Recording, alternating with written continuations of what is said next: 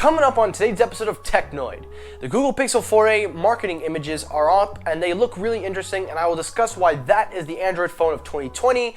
WWDC 2020 also is moved to an online format for obvious reasons, and also I will discuss in today how Samsung could make Bixby so much better for their Galaxy experience if they did just something a little bit different.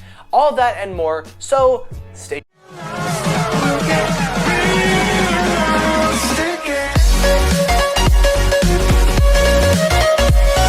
What's happening, everybody? Michael here. Welcome back to Technoid.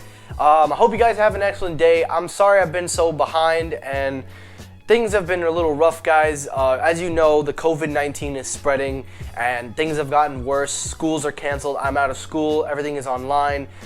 And I just hope that everybody is doing well.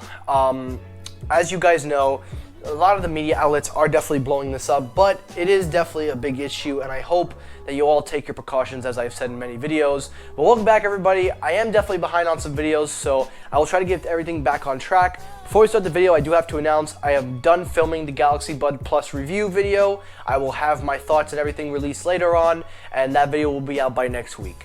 So enough said, let's get this video going. So story number one, let's kick it up with Google. So the Google Pixel 4a, since the iPhone 9 is pretty much not happening, or SE2, whatever, let's focus our attention to the Google Pixel 4a for a second.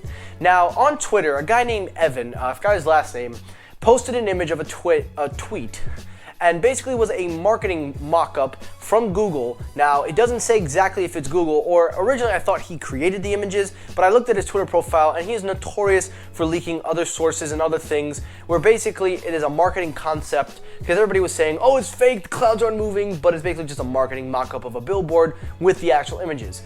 Now, a lot of news outlets picked up on this. I'm definitely far behind on the party, so it's better I get my thoughts in now.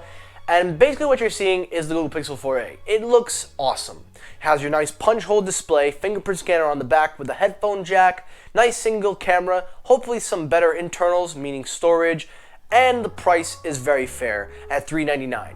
And the reason I say that that is the Android of 2020 is because it's basically the mid-range that can do pretty much what the premiums can do.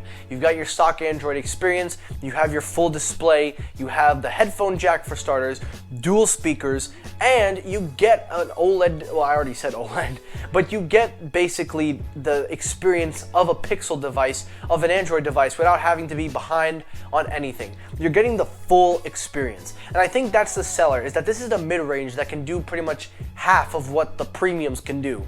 And that's the reason why I do like Samsung and Google's mid-ranges. They're basically able to take things that the premiums can do and put them into cheaper phones, although I think Google would definitely knock it out of the park if they added wireless charging, but I think that's too much asking. But overall, I think that this is going to be the Android phone of 2020, the Pixel 4a, and I'm definitely excited to see it. So let me know your thoughts down below. That's story number one. Story number two, let's talk Apple. Now, WWDC, as you know, I have said that I bet that they are going to go with an online format, and I was right. So, as reported by so many news outlets, WWDC and by Apple themselves, WWDC 2020 will be moving to an online format for this time around. Now, it's obvious why they're going online. It's not oblivious. But it's very interesting that they're doing this, because under these circumstances, now it's interesting because we're going to see just how Apple does these developer conferences and these developer stuff for, you know, online developers, and it's interesting to see where this goes, and I'm honestly looking forward to it. And also, PT Dubs, guys, if you're wondering why I'm looking in the background, not only am I reading off the script, but behind that, I'm watching UFC Fight Night, so I'm sorry. But, I think it's interesting that Apple's going with this, because I want to see how they do their protocols and also how they run the online workshops with developers, and also their press conference for tvOS, iOS, macOS, iPadOS, etc. So WWDC is moving to an online format. Again, let me know your thoughts down below on that. And last story up of the day, then we're going to get out of here. Let's talk Bixby. So Samsung is notorious for trying to push Bixby on all their Samsung phones. This year around, they kind of died down the hype with Bixby by eliminating the Bixby button and just making it a single button. You know, a lot of people, I've seen news outlets cover this. Well, I read some articles saying that Bixby isn't as bad as you would think. Now, I have been using Bixby for quite a while because I have trashed Bixby, and I'm not gonna lie, I definitely have said a couple of things about Bixby that, maybe are uncalled for. I've said that it is a useless assistant, it makes no sense. Well, I've tried it, and honestly, guys, it's not bad. Bixby can be a lot better, obviously that comes with improvement, but I think the problem is that, Samsung has their One UI, and it feels nice, but you're using Android, and caked into Android is a better assistant, the Google Assistant. And I think that Bixby would be better if they had just made their own OS, if they didn't rely on Android. But of course, because they're running Android, you will never be able to push Bixby to what you want it to be, Samsung.